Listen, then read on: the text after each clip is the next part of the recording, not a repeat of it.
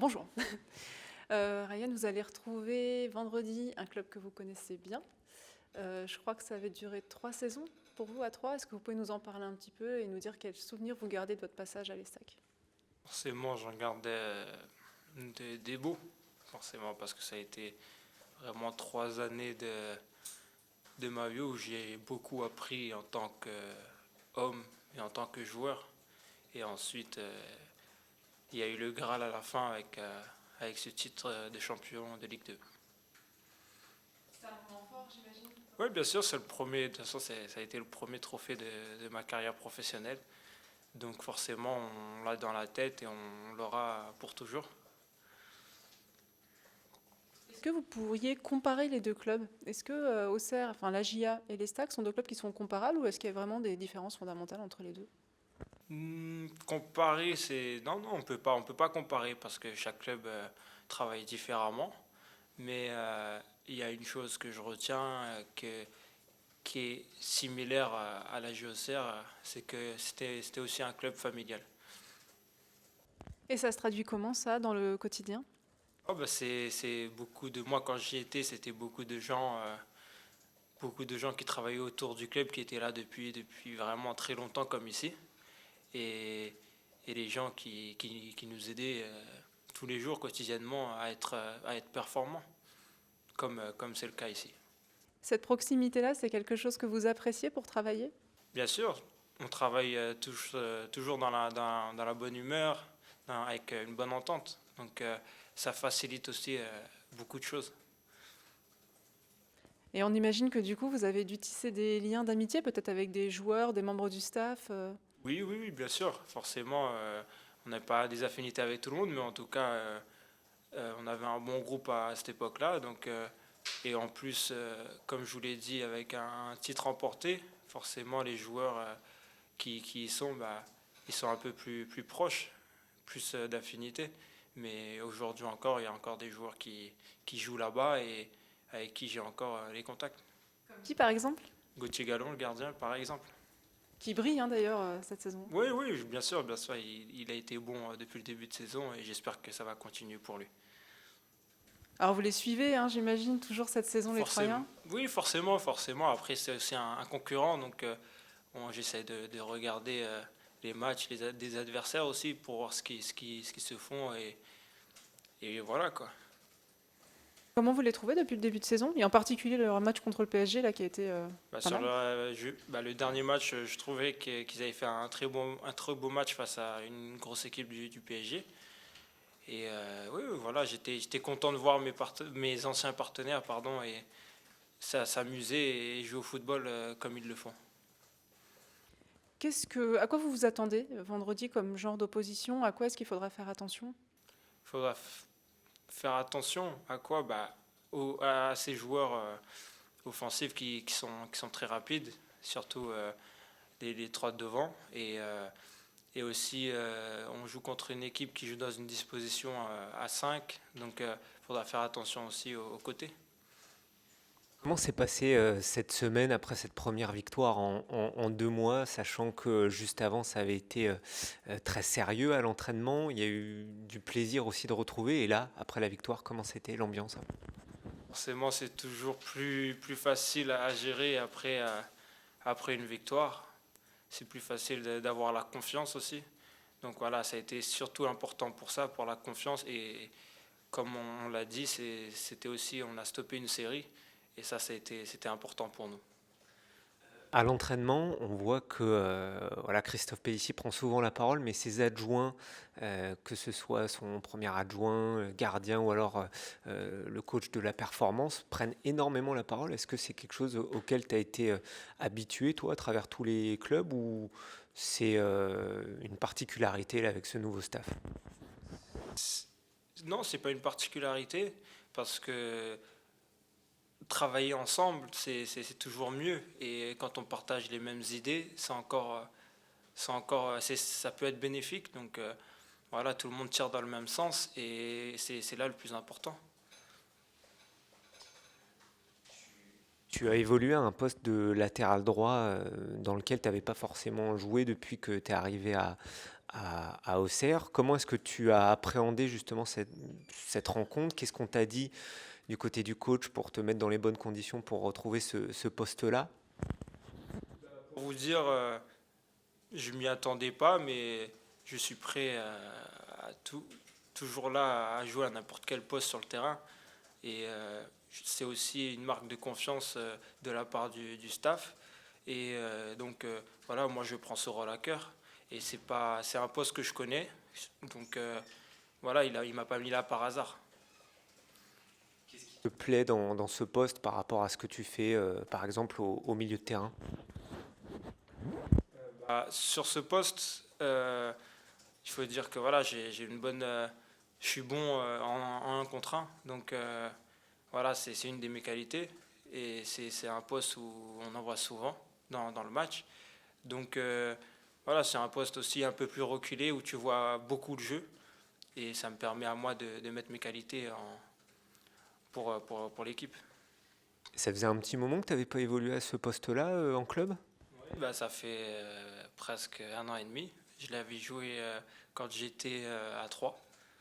Et voilà. Et puis depuis, j'ai plus joué à ce poste de latéral droit. Savoir que c'est peut-être là que tu seras utilisé le plus souvent, ça te fait quoi? On n'en a pas encore parlé, mais en tout cas, moi, ça me dérange pas. Donc, si le coach il me met là, c'est qu'il pense que je suis capable. Et moi, je pense aussi que je suis capable de le faire. Donc, c'est pour aider l'équipe. Je suis prêt à le faire. Bonjour Christophe. Un petit mot d'abord sur le groupe à J-2 avant la rencontre. Est-ce qu'il y a des petits bobos? On n'a pas vu Gideon par exemple. Faites-nous un petit peu le tour, s'il vous plaît. Ouais, Gideon avait un peu de douleur musculaire, mais rien de méchant. C'est nous qui avons. Il s'est entraîné ce matin, mais bon, on y a coupé un petit peu. À J-2, on a coupé un peu sa séance. Demain, il reprendra. Il reprendra normalement avec le groupe. Non, les absents, simplement, bien sûr, Youssouf Nchengama, qui est toujours en reprise. Et puis Mbaye, bien sûr, qui va purger sa suspension. Comment était l'entraînement là cette semaine après la joie de cette victoire retrouvée? Vous avez senti toujours autant de sérieux et un petit peu plus d'envie, de joie, ou alors c'est linéaire? Je crois qu'il faut savoir, comme j'ai dit, quand je suis arrivé, j'ai pas senti ce groupe abattu. Donc le fait de gagner ce match qui était important, on le savait, a permis de garder cette dynamique et on s'est replongé de suite parce que, oui, c'était, comme j'ai dit, c'était une victoire qui est certes importante pour nous, mais c'est pas grand-chose par rapport à ce qui nous attend. Donc voilà, il faut savoir, oui, on a profité après le match, bien sûr qu'il y a de la joie, mais dès lundi, le groupe s'est remis dans la concentration de préparation du match de 3. Quel type de match vous attendez d'ailleurs avec cette équipe troyenne dont on a vu la dernière rencontre qui s'est quand même bien battue face au Paris Saint-Germain avec une équipe qui joue à 5, pas forcément évidente à appréhender? Et on connaît le système de jeu de l'équipe troyenne. Après, c'est une équipe qui a beaucoup de qualité parce qu'elle a beaucoup de joueurs qui allient à la fois la qualité technique, mais aussi la force et la puissance, qui sont vraiment des joueurs très intéressants. Donc on sait qu'on va avoir un match très difficile, mais voilà, on a bien sûr s'occuper de l'adversaire, parce que dans la préparation du match, c'est important. Mais c'est important aussi que nous, on fasse valoir nos qualités. Donc aborder ce match aussi avec la détermination, la concentration nécessaire pour mettre aussi l'adversaire en difficulté. La suspension d'Mbaye oblige à revoir vos plans de manière tactique, ou est-ce qu'on reste Non, on va voir un petit peu comment on va organiser comment on va organiser l'équipe. Après, il y a toujours une lecture aussi de l'adversaire par rapport au système. On sait que c'est un système différent, donc on a réfléchi à plusieurs éventualités. On verra ça après l'entraînement de demain, parce que voilà, il y a plusieurs associations aussi qui doivent être testées.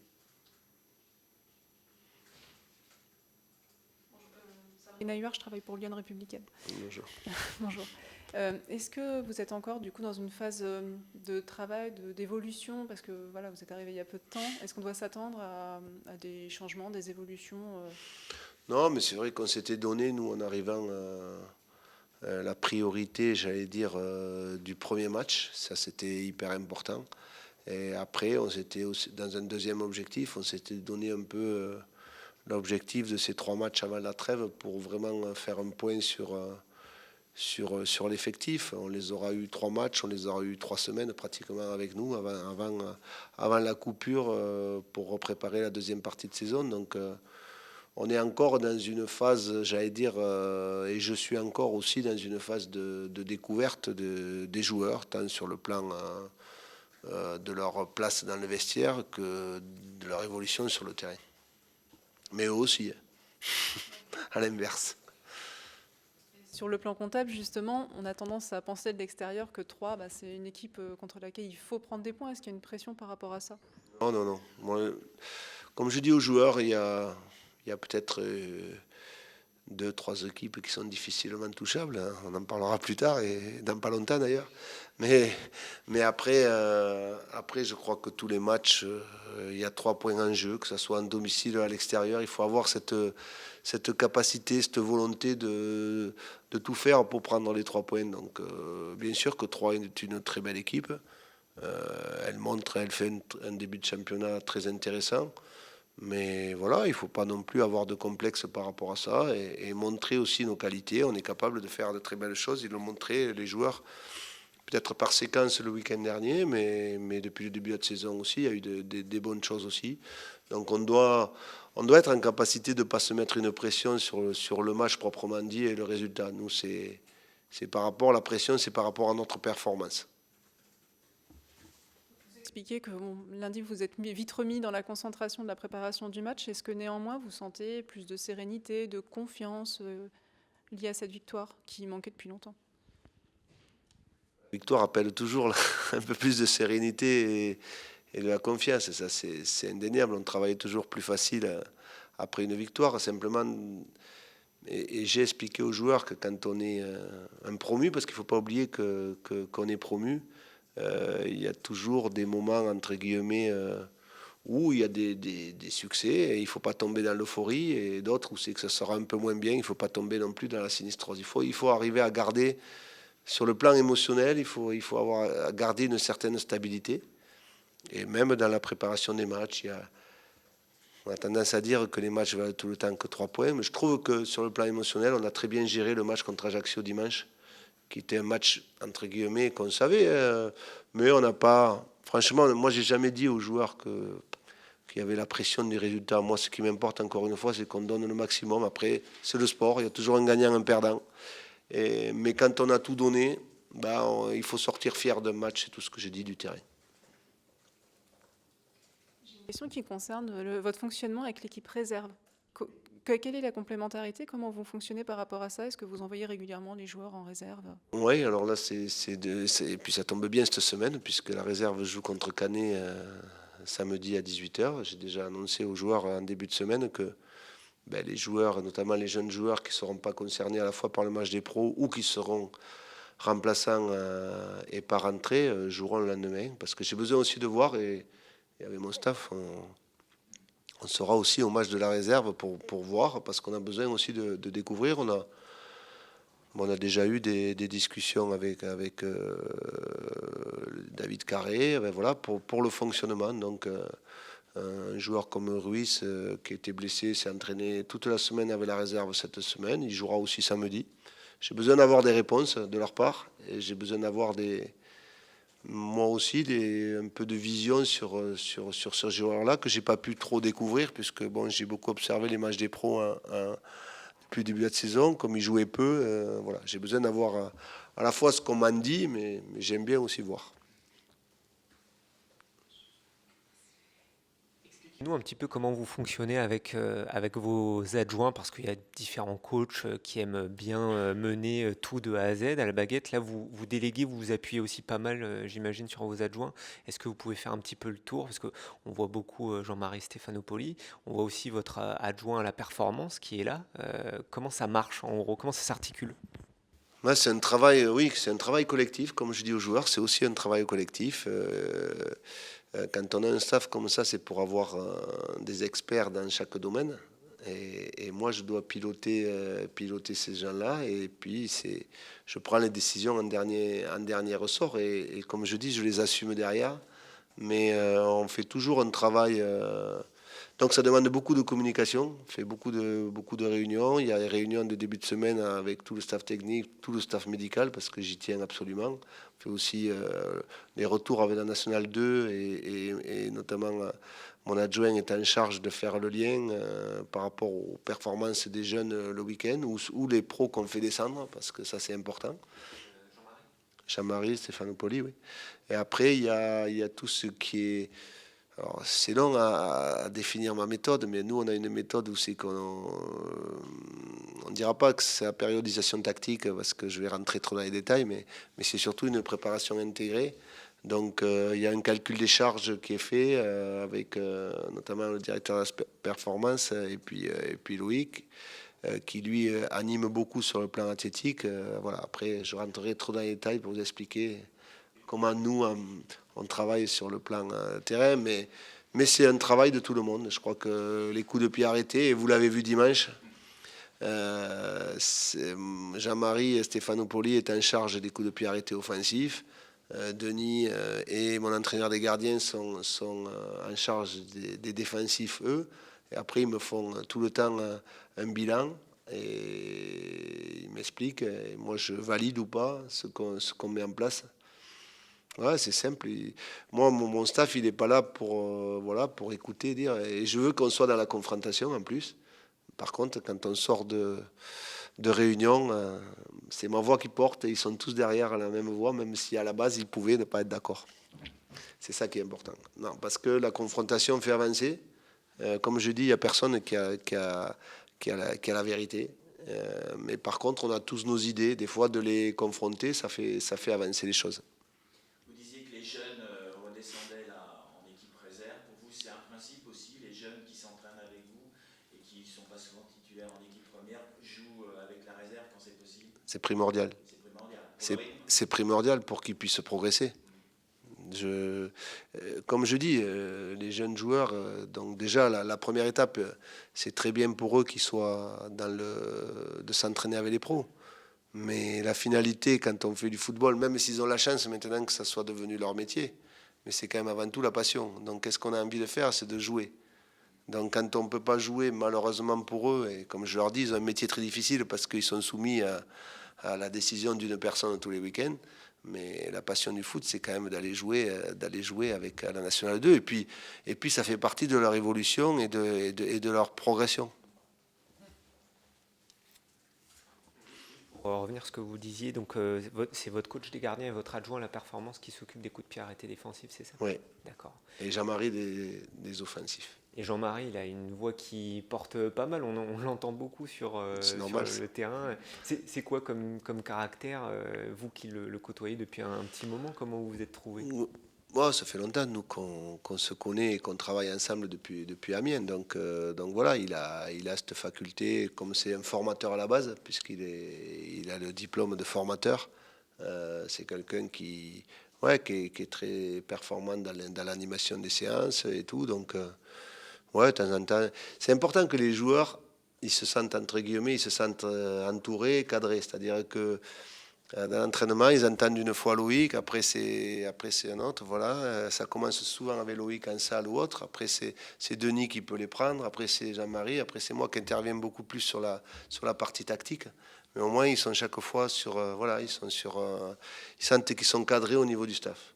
Moi, je m'occupe beaucoup de tout ce qui est tactique. Quand on met en place la tactique, ça c'est moi qui le fais. Mais tout ce qui est animation de jeu ou autre, souvent c'est mes adjoints qui en sont en charge. J'aime bien me mettre en retrait pour observer les comportements. À propos de tactique, on a vu une tactique qu'on a